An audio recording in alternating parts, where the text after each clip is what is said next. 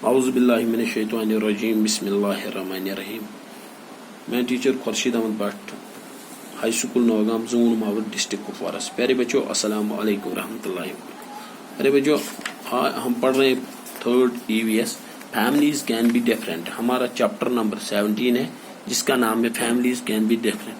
प्यारे बच्चों, आज डेट है 31 अगस्त 31 अगस्त 2020। आज 11 अगस्त 2020 डेट। तो पढ़ा फैमिलीज कैन बी डिफरेंट। ये पढ़ो वही कंटिन्यू गोबर। पढ़ो रात ये तान who all are there in this family. पढ़ा सारा एंड हबीब किस बारस मज। Abu enjoys watching television with the others. Why how do the family members enjoy. यम लिखे रात 93 सवाल। आज पढ़ो तोता रामस मतलब। तोता रामस मतलब पेज नंबर तुज किताब 106 EVS third page number 106। Date आज गो 11/8/2020। पढ़ो तोता राम। बिस्मिल्लाहिर्रहमानिर्रहीम। तोता राम। तोता Ram lives with his father, uncle and cousin brothers in a colony in Mumbai. Tota Ram and his brothers have come to Mumbai to study. His father and uncle work here. Everybody does the household work together. Food cooked by Tota Ram's chacha is liked by everyone. Tota Ram's father does the shopping. A part of the money earned is sent to Tota Ram's Dada in the village. Tota Ram's mother, Dada, Dadi, Chachi and younger brothers and sisters live in their parental house in the village. Once a year, Tota Ram goes to his village. He misses his mother very much. He writes long letter to her. बोलो पढ़ा तोता राम मतलब। आज तोता राम से family मतलब। तोता Ram lives with his father, uncle and cousin brother. तोता राम रोजान पन्निस मलिस सत बे पितरस सत बेमिस cousin brother पितर बोय रोजान in a colony in Mumbai. कत अकिस कॉलोनी मज मुंबई मज। तोता Ram and his brother have come to Mumbai to study. तोता राम तो अम cousin brother यह खतर आमद मुंबई पढ़ने खतर। ये किस लिए आए हैं मुंबई? पढ़ने के लिए। यम आमद और अत शहरस मज पढ़ने खतर। यानी यह पन घर कहें ये पन सह गाम कहें ये रोजान कतन बे कत जाए रोजान। Come to Mumbai to study. आमद पढ़ने खतर। His father and uncle work here. इहुंद मोल अम मोल तो अम पितर और आमद काम करने खतर। अत काम करान। Everybody does the house hold work together. प्रत कह गरच काम करान क्या। Food cooked by Tota Ram's chacha is liked by everyone. फूड गुजा यह रना तोता रामन पितर प्रत कंस खतर।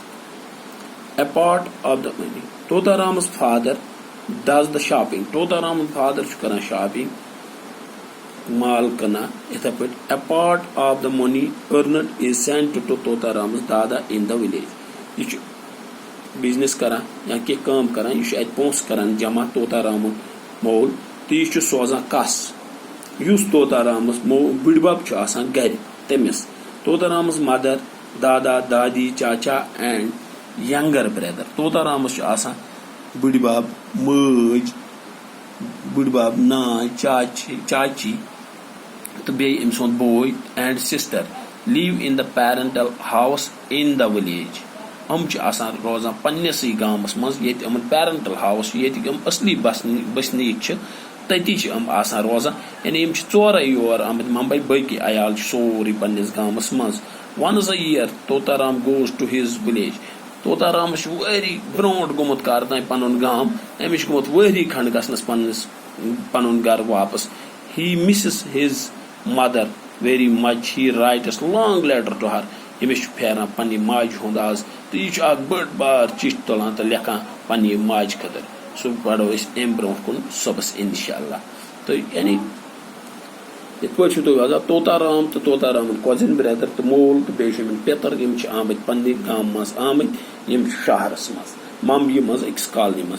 तोता राम मोल तो अम पेतर कम करान यम बई बारन अम पढ़ने खतर आम तो अथ दौरान अमिस टाइम गोमुत घर गसनस अमिस नाय बुढ़बब मज पेचे बोय बेन तम सारी पन्निस गामस मज तो अमिस फेरान अथ दौरान चिट्ठ तुलान लेखान पन्नी माज हंद नाव तो बे परो Totaram lives with his father, uncle and cousin brothers in a colony in Mumbai. Totaram and his brothers have come to Mumbai to study. His father and uncle work here. Everybody does the household work together. Food cooked by Totaram's chacha is liked by everyone. Totaram's father does the shopping. A part of the money earned is sent to Totaram's Dada in the village. Totaram's mother, Dada, Dadi, Chachi and younger brother and sister live in their parental house in the village. Once a year, Totaram goes to his village. He misses his mother very much. He writes long letter to her. Revicho as por az yatai families can be different. Dot bay page number 107 पे यह उम्मीद तो खोलियो किताब तो करियो याद आज डेट बे फिर वन 11/8/2023 आज खोलियो तो इंशाल्लाह पन किताब तो करियो हना सबक याद। अस्सलामु अलैकुम व रहमतुल्लाहि व बरकातहू।